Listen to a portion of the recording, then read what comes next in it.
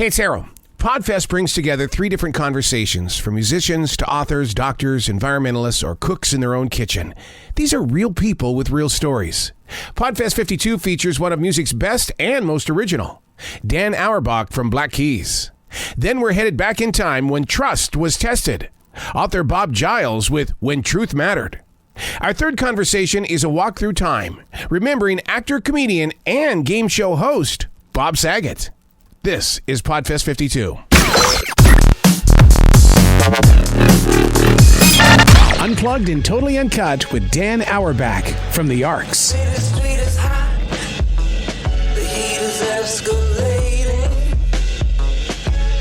corner in the town, there's a paycheck waiting. Put a flower in your pocket. If you see them, boy, you drop it. For you to put this new project together, the one thing that I want listeners to know is that you won't let this be a solo project. You've always been that guy that includes everybody.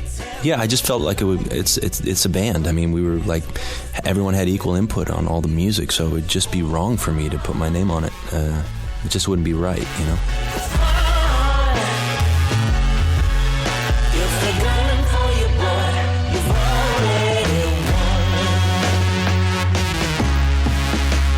Is it part of it, like the furthering of an original idea, or do you feel like that the canvas has now become deeper, so therefore we have this more broad picture of who you are?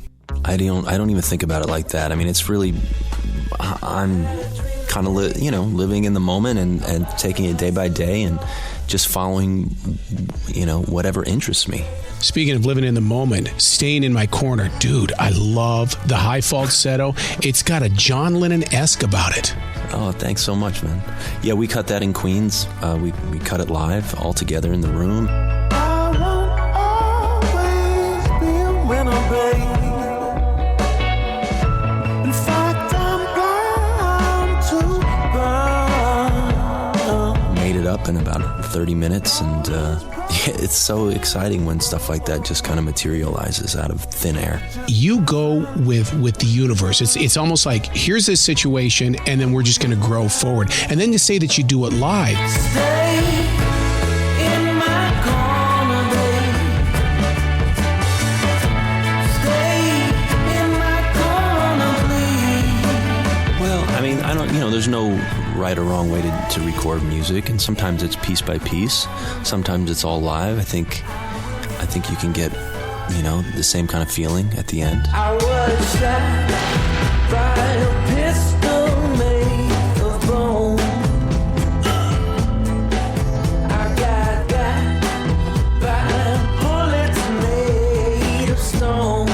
For me, it's just always, I love music, It was around me when I was a kid, and my family played music, and, making music with other people has kind of just been a part of my life. It's not really even my job or something that I do because I like it. It's just part of who I am, This should've was a mean and mighty goal. Oh, yeah. He hated me because I loved him more. The ones you should fear are often oh so near. I was shot by a pistol made of gold. You've never been afraid of art being art then? I don't even think about art. I didn't even know what art was. I mean, I was surrounded by art, but it wasn't, my dad was an antique dealer and a folk art collector, so my house was all antiques and folk art all over the walls, outsider art, and the record collection was always, right there, and he was always blasting some album, or my mom was playing piano, so art was life. Art was not, you know what I mean? I didn't have to go to school to learn about it. It was there all around me all the time. I love the pictures on the wall, reminding me of what I lost to get it all out of my mind. But I made it out of my mind. I'm faded. music sounds like that we're all invited over to your house and, hey, I've got this song I want you to hear. Yeah, this record, every record that I've ever done, but this record more than any of them is really a representation kind of my record collection, pretty much. You know what I mean? It's like, and all of these guys in the Arcs, we share this bond for, and this love of recording and record collecting, and albums, and it's just like all of these influences kind of like, speaking through us, really, and that's what the Arcs is. To drop a needle onto the vinyl would be so perfect. It's on vinyl. I have a copy. It's great. It's really good.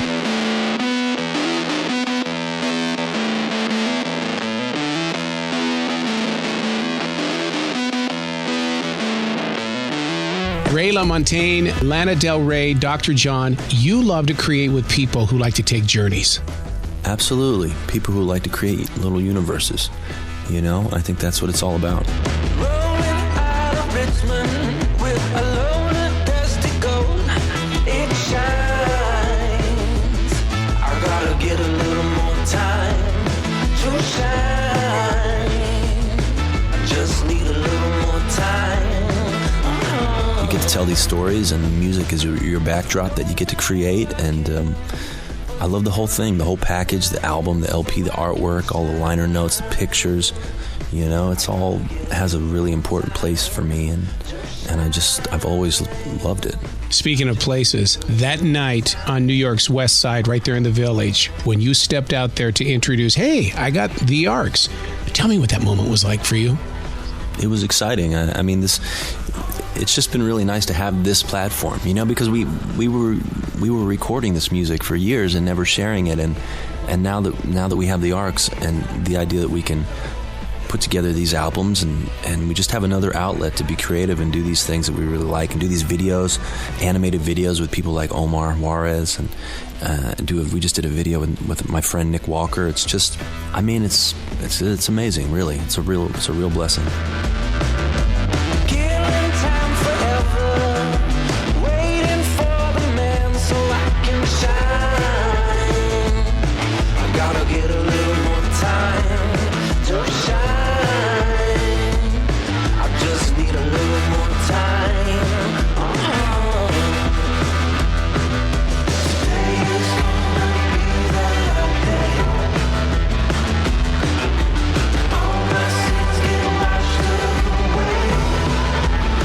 Just studying you, it was 2 years ago that I got on iHeartRadio and I said that you are the Paul McCartney of this generation. People said, no, it's too early, it's too early. When can I finally get away with calling you this generation's Paul McCartney? Tell me you don't feel it. Maybe after I do a song with Kanye, I can say that. But yeah, because look what you do when somebody walks by you and just happens to say Velvet Ditch, and you create something from just a passerby. Well, that's my job. That's what I do. It's like what I obsess about, what I've dedicated my life to. Companion, like a desert rose. The worse it is, the more she glows.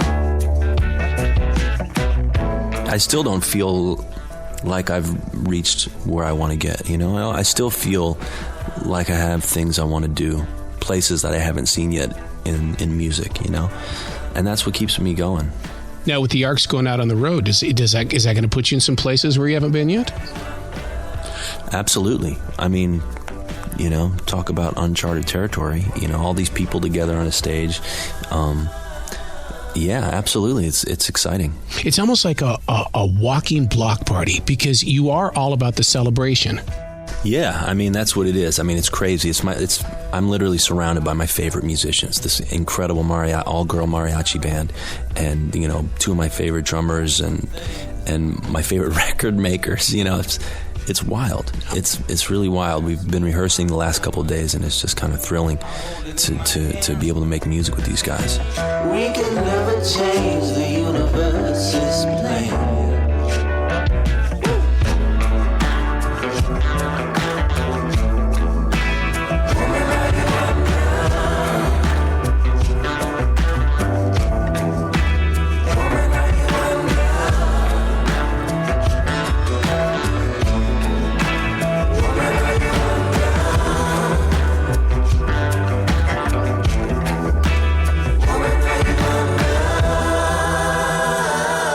Are you an archaeologist of music?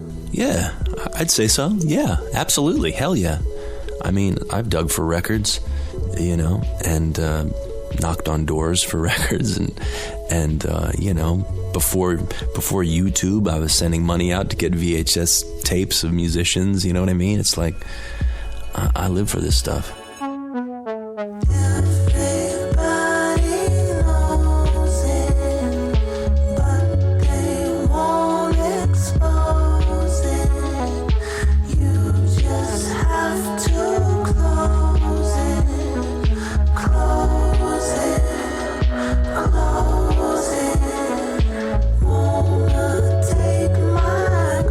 Now that you tell me that the new album is going to be on vinyl, what's on the inside sleeve? Because you know that's where we go to look, or we look at the back cover.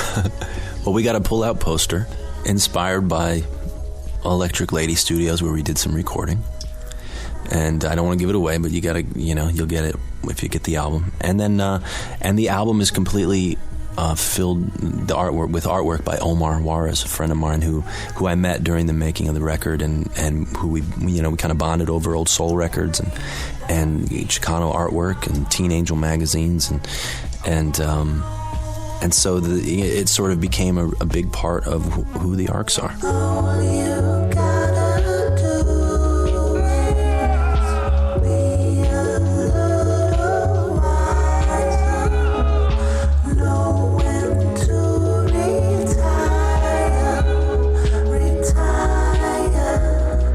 When you admit that you are free of commercial restraints, that means that you get to fly, and you get to fly at a level that you're in control of.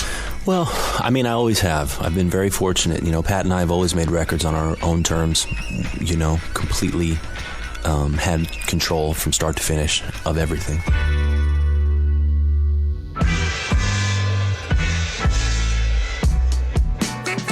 And we've just been very lucky, and the work that we've done on the road has afforded us a life where I can personally make records, and I don't have to worry about making money or not. Ever stuck in Mississippi?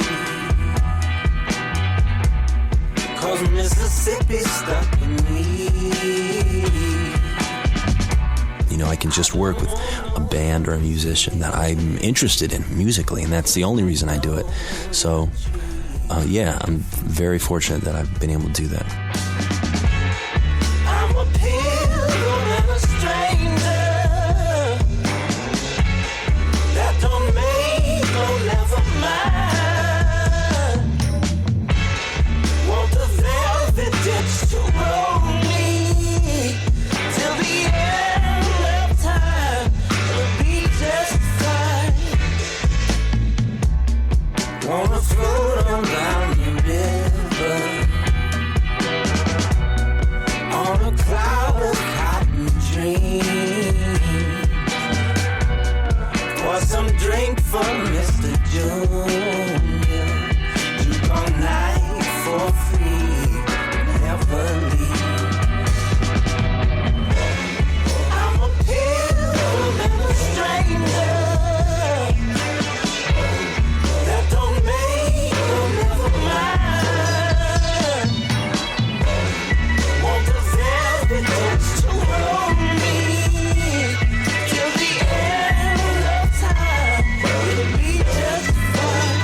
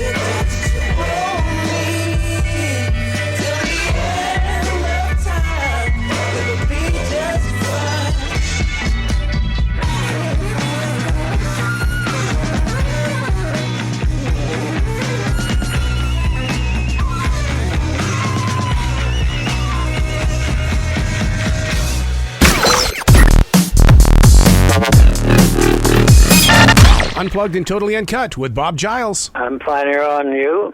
Fantastic. I got to ask you a question from a broadcaster to a journalist. When you go through what it is that you did 50 years ago, is there a huge chunk of your heart still living it every single day? Well, I thought I carried this story with me for 50 years, and I never thought about writing a book about our coverage. But as the 50th anniversary approached, that's May 4th this year, it became a compelling interest of mine. And so I said, well, and then I discovered that most of the people who work with me are dead.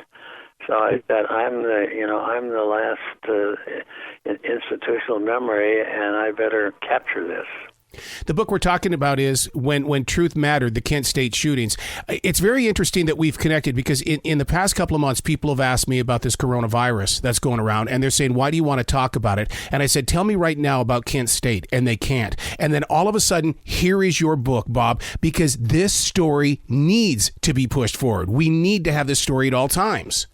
Well, thank you. I think that the element of truth and how we created a truthful narrative and reported it, and how it has stood the test of time for 50 years is really important to think about today, when truthful information is so critical. And they didn't have the power of the internet or Twitter, Instagram back then. It was word of mouth that really had to travel pretty quickly, didn't it? Well, it did. I mean, we had the three main networks, and we had local newspapers, and the wire services, and those were the main news vehicles in which the story was told. Today, if Kent State happened today, it would be totally different. It would be driven by social media. Mm-hmm.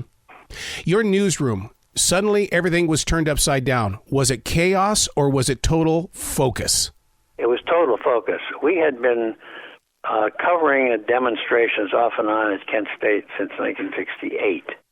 We had a team and a leader, a guy named Pat Engelhardt, who had an enormous amount of records and sources, and so that when the shooting occurred, we didn't anticipate that, of course, but when the shooting occurred, we were ready. And so we knew what to do, and we got, by the end of May 4th, we had a final edition that had the as complete a story as possible for that day, including the names of the dead and wounded. The book we're talking about is When Truth Mattered, the Kent State shootings. This is the 50th anniversary. Don't you think that this book, Bob, needs to be in universities as well as high schools, and it needs to be read as a place of, this is where we once were. We can't go back there. Well, I agree with you, Arroe, and I have sent letters to university libraries and to university journalism schools suggesting that this is an important text for students to study from and learn from, and become aware of how important truth is in understanding what's going on in our communities and in the world. Yeah, because even today, something could go wrong in the country, or look what they're doing with the virus once again, and everybody is bending their truth. They're putting news out there that really isn't true. How were you able to separate fact from fiction? I mean, you were on the scene, but how did you know what to trust and what not to? Well, we had pretty strong values in our newsroom, and people knew and had reported on Kent State before. They knew pretty much the background, and we knew that there was claims of conspiracies by the radicals, which we disproved. There was a rumor about a sniper, and we did a test that disproved that. We were able to get other documents that showed that the National Guard did not have to shoot at the students. The FBI report was one of our singular efforts to disclose information about the fact that the Guard did not have to shoot. And we were just ready for it. And so with the background of our work and the values that had been pounded into our heads by the senior editors on the newspaper over the years, we knew how to separate right from wrong and give the people a report that was as close to being truthful as we possibly could. Don't you love the idea and the power that you once held in the way that as journalists you could actually do the investigative reporting? These days it just seems like, they've got it handled. We'll just give them credit. We'll take the story, cut and paste. That's really true about today. And yes, we were very proud of that story. We felt we owned it. And we followed it for months and weeks and developed new information as we went along. We were still covering it 9 years later, in 1979, when the final court case took place. So I got to ask you a question, only because I've heard the song a million times. Did Crosby, Stills, Nash & Young get it right, or did they play off that, the event that they weren't a part of? They just wanted to become, part of the atmosphere of by way of music. I think we covered it the right way, and we did what we were trained to do. And the leader of our group, Pat Engelhardt, was intensely dedicated to Kent State. And I mean, we all knew something was going to happen. We didn't think it would be a shooting, but we were ready. Yep. So let me ask you a question. One of the big things on iHeartRadio and even with Applecast and stuff like that, they're turning books like this into podcasts so that people can hear your voice and hear the drama, the sounds, and all that kind of stuff. Are you moving in that direction, or are we going to see you on Netflix or Hulu? Well, I don't know what direction it's going to go. We've had an initial conversation with someone who's interested in considering a TV treatment. But there's nothing other than that that has been presented to us. Right. Well, I thank you for this book, When Truth Mattered. And please come back to this show anytime in the future. The door is always going to be open for you, Bob. Well, thanks, Al, very much. It was really nice to talk with you. You bet. You be brilliant today, okay, sir? Okay. Yep. Take care. Hello. Good morning, Bob. How are you doing today?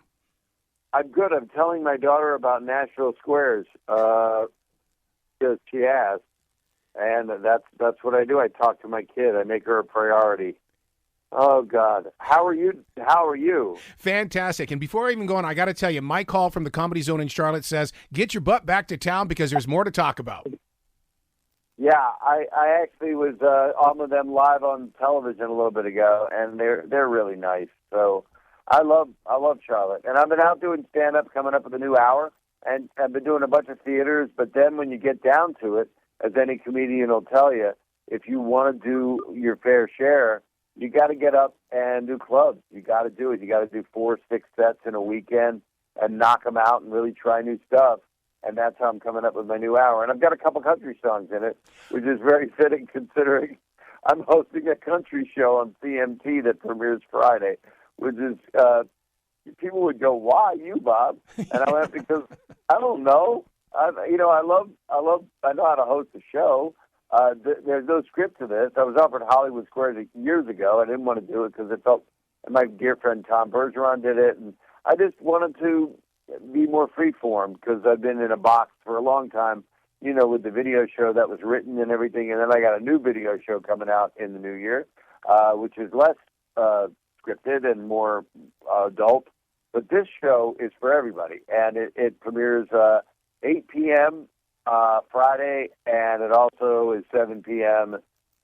Central and Mountain Time. I think it's 6 p.m. and then I don't know Antarctica. I don't know what the time of it is there, but we got Tanya Tucker as the center square. People, and we got like Gary Busey to make honk sounds in between, and really funny people like Fortune Feimster and Carolyn Ray and Lonnie Love, and then we got really cool music people. I mean, like a ton of them. We actually had Tom Wopat, and there was a whole Dukes of Hazzard.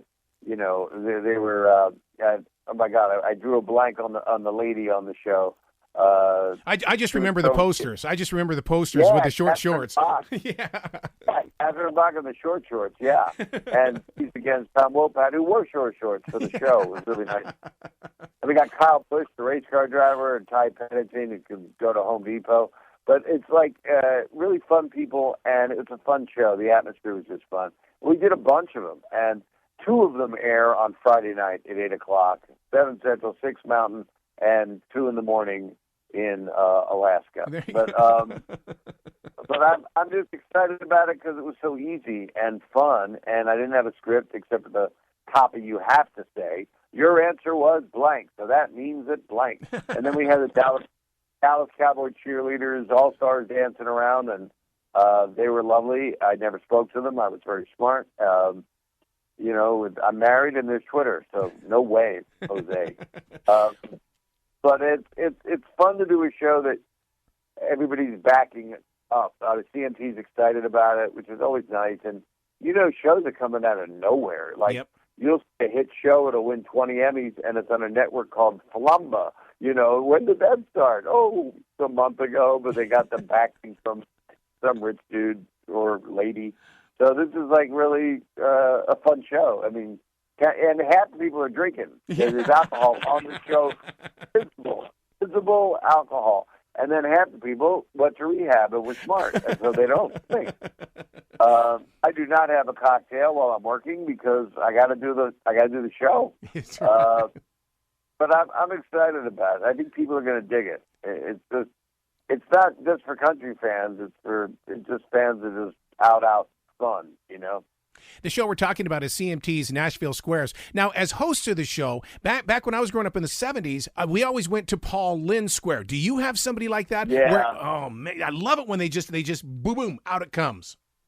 Well, we surrounded Paul Lynde with many Paul Lyndes. We have originally we had Marie Osmond in the center square, and then Tanya Tucker, and she stayed there because she was drinking, so she couldn't move. But she was holding Dennis Quaid's dog, and she's amazing. She sings on the song. She's the coolest lady. But we had a lot of really cool people that people know, you know, that are well known, and in success.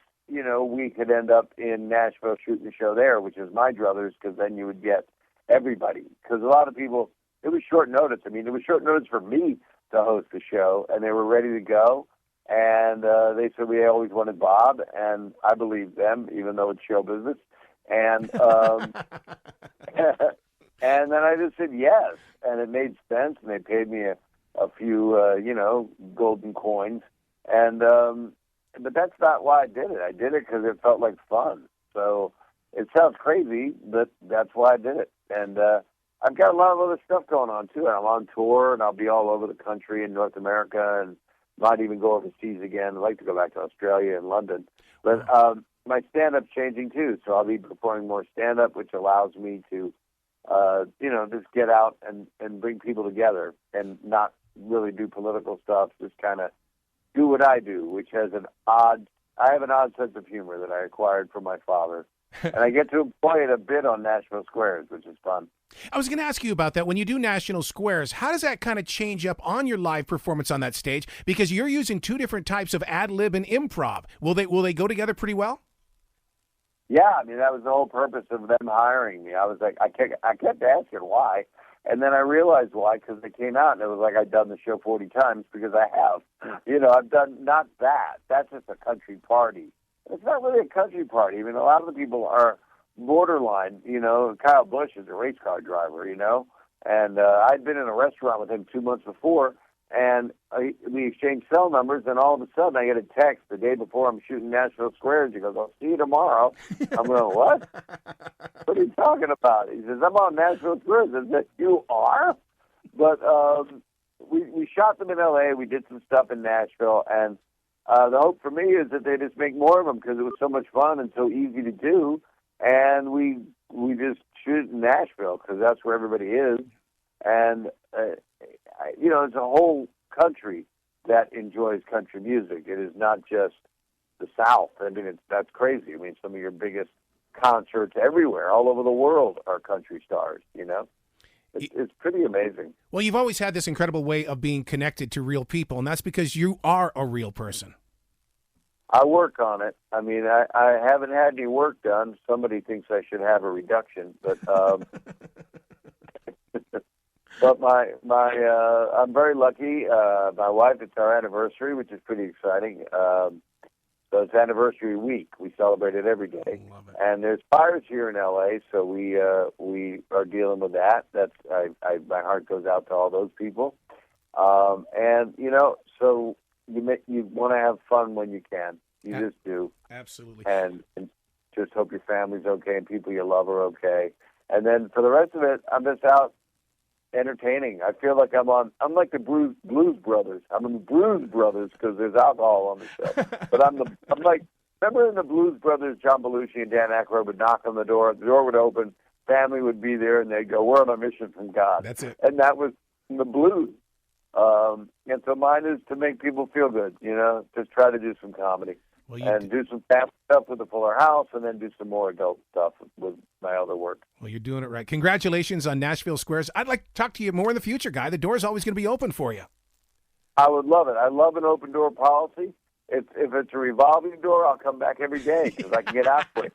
So we're two shows. Two shows this Friday, 8 o'clock and 7 Central and 6 Mountain, and 2 in the morning at my house on a tape. Be brilliant today, okay, sir? Thank you.